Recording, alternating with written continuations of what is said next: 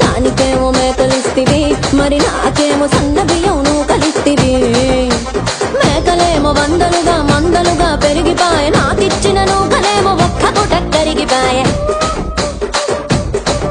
ఆడపచ్చరాళ్ళ తూకాలిస్తివి, మరి నాకేమో